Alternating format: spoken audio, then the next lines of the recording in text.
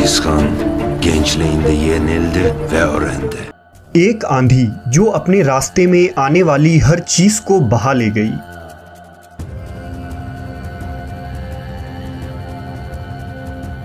पूरी दुनिया जीतने के ख्वाब को लेकर निकलने वाली भेड़िया सिफत कौम, जिसने दुनिया की सबसे बड़ी सल्तनत कायम की। मैं अपने जद चंगेज खान के नक्शे कदम पे चलते हुए पूरे जहान पे अपनी हकमियत नाफिज करना चाहता हूँ। कोई भी ताकत मुझे रोक नहीं सकती। इस्लामी रियासतों पर कहर बनकर टूटने वाला ऐसा फितना जिसने तकरीबन 6 करोड़ इंसानों की जान ले ली। मौत, तबाही और बर्बरियत का दूसरा नाम।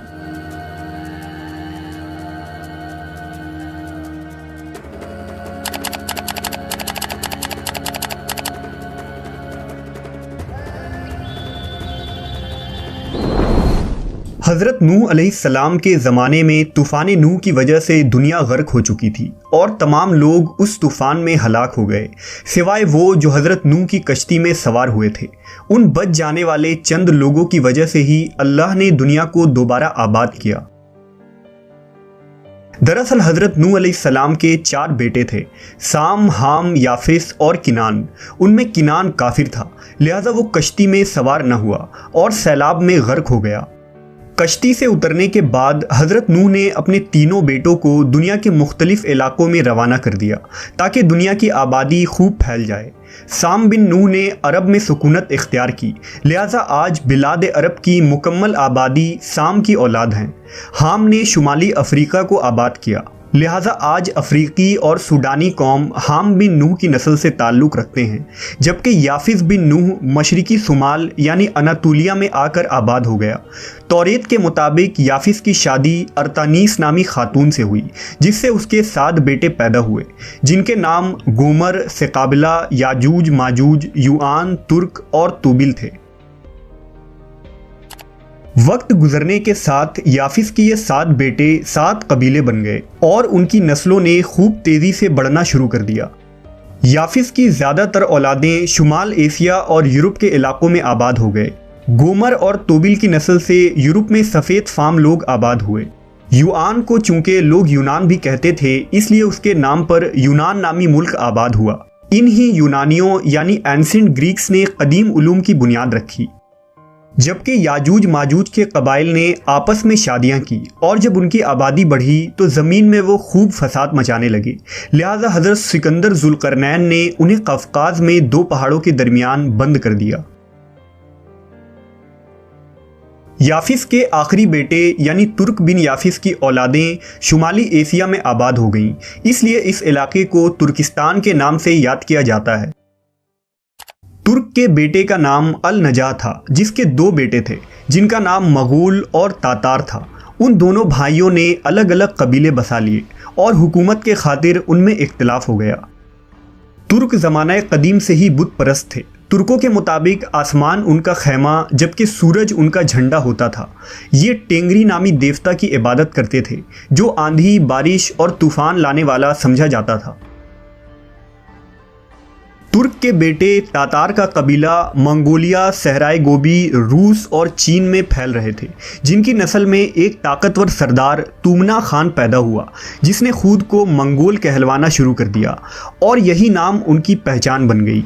इस मंगोल कबीले का उरूज तब हुआ जब 1200 ईस्वी में उनमें तमुजन नामी मंगोल सरदार बना, जिसे तारीख में चंगेज़ खान के नाम से जाना जाता है।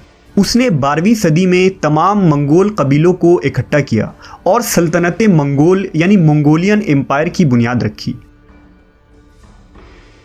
चंगेज़ खान ने बहुत जल्द चीन, साइबेरिया, स्टेप और रूस के इलाके फतह कर लिए। जितने भी गांव, कस्बे और शहर मंगोल लश्कर के जद में आए, वो सब के सब तबाह हो गए। तमाम शुमाली एशिया के इलाकों को फतह करने के बाद चंगेज़ खान ने खाकान यानी अजीम खान का लक़ब इख्तियार किया। चंगेज़ खान जंगी महारत के लिहाज से सिकंदर आज़म या नेपोलियन के बराबर था। वो बड़ी ताकत, इम्तियाज़, जहानत और समझदारी का मालिक था, लेकिन बड़ा ही जालिम और जाबिर इंसान था। वो जान बख्शने या सुलह करने पर यकीन न रखता था, बल्कि कत्ल व गारत, लूट मार और खून बहाकर अपनी ताकत का सबूत देता। एशिया को फतह करने के बाद चंगेज़ खान ने इस्लामी रियासत ख्वारिज़म शाही सल्तनत पर हमला कर दिया, जो वस्त एशिया और ईरान की एक ताकतवर सल्तनत थी। ख्वारिज़म शाही की फ़ौजें मंगोलों के आगे पे दर पे शिकस्तें खाती चली गईं और इस्लामी शहर एक एक करके चंगेज़ खान की आतिश गज़ब का निशाना बनने लगा। मंगोल लश्कर ने शहरों में आग लगाकर उन्हें वीरान कर दिया। हज़ारों मर्द, औरतें और बच्चों को मौत के घाट उतार दिया गया। क़यामत की बेशुमार निशानियों में से एक निशानी इन मंगोल तातारी से मौरके के बारे में बयान की जाती है। लिहाजा हज़रत अबू हुरैरा से रिवायत है कि रसूलुल्लाह सल्लल्लाहु अलैहि वसल्लम ने फरमाया, क़यामत उस वक्त तक कायम न होगी जब तक तुम छोटी आँखों वाले, सुर्ख चेहरों वाले, चिपटी नाक वाले तुर्कों से जंग न कर लो। इस्लामी उलमा व मवर्रखीन ने इन्हीं मंगोलों के हमलों को किताबों में फितने तातार के नाम से जिक्र किया है। चंगेज़ खान के 4 बेटे थे, जिनमें ओगदाई को चंगेज़ खान की मौत के बाद खाकान बना दिया गया। ओगदाई ने अपने बाप के फतह किए हुए इलाके को मज़ीद वसी किया और चीन, रूस और शुमाली एशिया में मज़ीद फतूहात किए।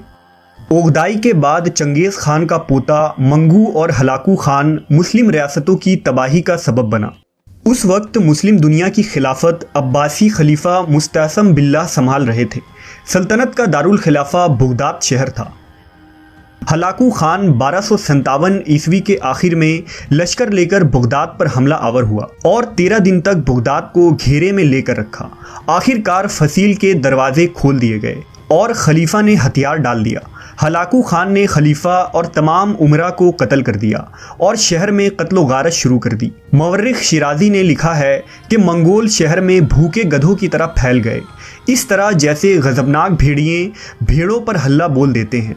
हरम की औरतें गलियों में घसीटी गईं। बच्चे, बूढ़े, जवान, हर एक का इस कदर कत्ले आम हुआ कि खोपड़ियों का एक मीनार बन गया।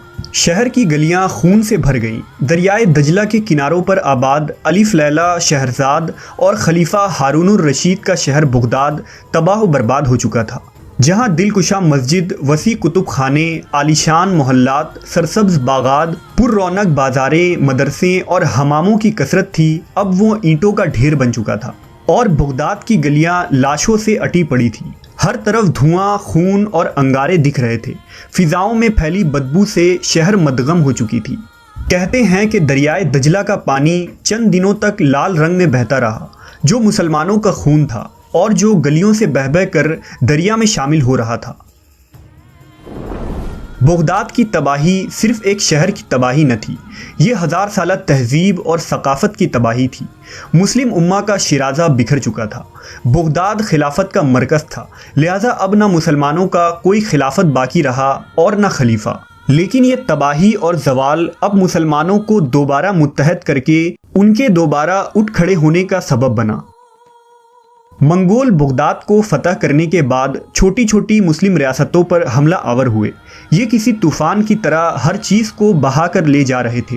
1258 ईस्वी में हलाकू खान ने मंगोल फ़ौज को दमिश्क और फ़लस्तीन भेजा, लेकिन अब उनके सामने ममलूक सुल्तान रुकनुद्दीन बाइबरस मुसलमानों की ढाल बनकर खड़ा था। 1260 ईस्वी में फ़लस्तीन के मकाम ऐन जालूत में मंगोल और ममलूक फ़ौज का मुकाबला हुआ, जिसे जंग ऐन जालूत कहते हैं। इस जंग में सुल्तान बाइबरस की जवामर्दी की वजह से मुट्ठी भर मुसलमानों ने मंगोल लश्कर को शिकस्त दे दी और हलाकू खान का सिपा सालार मारा गया। इस तारीखी फतह के बाद मंगोल फ़लस्तीन से भाग खड़े हुए और बाइबरस मुस्लिम दुनिया का हीरो बन गया। तमाम इस्लामी रियासतों में ये खबर फैल गई कि हर मैदान को फतह करने वाले मंगोलों को ममलूक ने शिकस्त दे दी है। लिहाजा शाम, उर्दून, फ़लस्तीन, मिस्र, ईरान और तमाम रियासतों में मंगोलों के ख़िलाफ़ मुसलमान हुक्मरां उठ खड़े हुए। इसी दौरान अल्लाह की तरफ से मुसलमानों के साथ एक हैरत अंगेज़ वाक़या हुआ। 660 हिजरी में चंद मुस्लिम उलमा और सूफिया कराम की दावत पर चंगेज़ खान के पोते बरका खान ने इस्लाम कबूल कर लिया। बरका खान ने सुल्तान बाइबरस को ख़त लिखा कि वो अब अपने चचाजाद हलाकू खान के दीन पर नहीं है और मोहम्मद सल्लल्लाहु अलैहि वसल्लम का ग़ुलाम बन चुका है। वो मुसलमानों के साथ मिलकर मंगोल सल्तनत के ख़िलाफ़ जंग करना चाहता है। ये खबर सुनते ही मुस्लिम दुनिया में खुशी की लहर दौड़ गई। समरकंद और बुखारा के जौक दर जौक मुसलमान बरका खान के लश्कर में शामिल होने लगे। ये इस्लाम लाने की ताकत ही थी कि बरका खान हलाकू के सामने खड़ा हो गया था। हालांकि चंगेज़ खान के कवानीन के मुताबिक मंगोल कभी आपस में जंग नहीं लड़ सकते थे। ममलूक फ़ौज ने बरका खान की रहनुमाई में गर्जिस्तान के इलाकों में हलाकू खान के साथ बहुत सारी जंगें लड़ी। बरका खान ने एशिया के मुख्तलिफ मंगोल कबीलों को भी अपने साथ मिला लिया। इस तरह मंगोल खुद दो ग्रोह में बढ़ गए, एक इस्लाम दोस्त मंगोल और दूसरे इस्लाम दुश्मन मंगोल। एक तरफ जहां तातारियों ने इस्लामी रियासतों को ताख्त तराज किया और मुस्लिम उम्मा के लिए फितना साबित हुए, वहीं दूसरी तरफ उन्हीं तातारियों यानी मंगोलों के भाई, खूनी रिश्तेदारों और उनकी औलादों ने इस्लाम कबूल करके मुसलमानों के मुहाफिज बन गए। जैसा कि इस वीडियो के इब्तिदा में हमने देखा कि तुर्क के दो बेटे थे, यानी मगोल और तातार। मगोल तातारियों से अलग हो चुका था और अपनी अलहदा रियासत कायम की थी। मगोल की औलादों को अल्लाह ने हिदायत दी और उसकी नस्लों में से सबसे पहले ओगोस खान ने इस्लाम कबूल किया। वो अपने 6 बेटों और 24 पोतों को लेकर मंगोल कबाइल से अलग हो गया। ओगोस की नस्लें खूब फली फूली और उनमें भी कई कबीले पैदा हो गए। उनमें एक बहादुर और बेबाक कबीला काई कबीला था। इस कबीले ने मशरिक की तरफ हिजरत की और सल्जूक रियासतों में सकूनत इख्तियार कर ली। उस वक्त इस कबीले के सरदार सुलेमान शाह थे। सुलेमान शाह के बेटे अर्तुगुल ने काई कबीले समेत दूसरी तुर्क कबीलों को इकट्ठा किया और बरका खान की मदद हासिल करके सोगोत के इलाकों तक पहुंच गया, जहां सल्जूक हुक्मरानों ने उसकी मदद की। अर्तुगुल ने मंगोल लश्कर से बहुत सी लड़ाइयाँ लड़ी और ओगदाई खान के सिपाही बायजू नोयान को मौत के घाट उतारा। काई कबीले के इस निडर और ताकतवर सरदार के बेटे उस्मान गाजी ने खिलाफत उस्मानिया की बुनियाद रखी और इन्हीं तुर्क उस्मानियों ने 600 सालों तक हुकूमत करके मुस्लिम दुनिया की क़यादत की। वहीं ओगोस कबीले में सबसे पहले मुस्लिम हुकूमत एक ओगोस सरदार सल्जूक ने कायम की थी, जिसे सल्जूकी सल्तनत के नाम से याद किया जाता है। उनमें तुगरल बैग, अल्प अरसलान, मलिक शाह जैसे अजीम फातह पैदा हुए, जिन्होंने मुस्लिम दुनिया को एक मरकज़ पर जमा किया और लंबे अरसे तक उम्मत की क़यादत की। इसी तरह हमने देखा कि तातारी मंगोल का सबसे पहला सरदार तुमना खान था। मंगोल सरदार तुमना खान के यहाँ जुड़वा बेटे कुबुल खान और काजूली बहादुर पैदा हुए थे। कुबुल खान की नस्ल से चौथी पुश्त में चंगेज़ खान था और दूसरे बेटे काजूली बहादुर की नस्ल से अमीर तैमूर पैदा हुआ, जो 14वीं सदी ईस्वी में एशिया का सबसे बड़ा मुस्लिम फातह था और जिसने तैमूरी सल्तनत की बुनियाद रखी। तैमूर की छठी पुश्त से फरगाना में ज़हीरुद्दीन मोहम्मद बाबर की पैदाइश हुई, जिसने 1526 ईस्वी में हिंदुस्तान में मुगलिया सल्तनत की बुनियाद रखी, जो तकरीबन 300 सालों तक हिंद की सरजमीन पर पूरे आबोताब के साथ चमकता रहा। दरअसल मुग़ल मंगोल की ही बदली हुई शक्ल है। मंगोलों के अरब ममालिक पर हमलों और कब्ज़े के बाद लफ्ज़ मंगोल मुग़ल में तब्दील हो गया और यही नाम हिंदुस्तान में मशहूर हुआ, जबकि मुग़ल शहनशाह खुद को तैमूरी तुर्क भी लिखा करते थे। मंगोलों में 1280 तक मंगू खान, उसकी औलादें, हलाकू खान का पोता तकुदार आगलन और चुगताई की औलादें मुसलमान हो गईं। खाकान मंगोल के बड़े बड़े सरदार इस्लाम कबूल करने लगे और 1304 ईस्वी तक अज़बक खान के इस्लाम लाने के बाद पूरी मंगोल हुकूमत इस्लाम में दाखिल हो गई और उन्होंने अपनी रियासतों में इस्लामी कानून को नाफिज किया। वक्त गुजर जाता है। इंसानी फितरत में सोना, जागना, खाना पीना, चलना बैठना और माजी को याद रखना शामिल है, लेकिन गुजरे वक्त को भूल जाना भी इंसानी फितरत में शामिल है।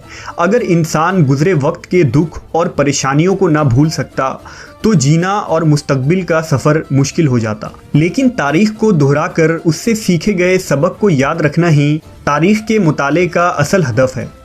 हमने तातार की आंधी और मुसलमानों की तबाही के इस तारीख़ में देखा कि किस तरह तातार मंगोलों ने बगदाद और इस्लामी रियासतों पर कहर बनकर नादिल हुए, लेकिन फिर उन्हीं तातारियों की औलादों ने वस्त एशिया में तैमूरी सल्तनत, अनातोलिया में सल्जूक और खिलाफत उस्मानिया और बर्र सग़ीर में मुगलिया सल्तनत कायम करके इस्लाम की हिफाजत की।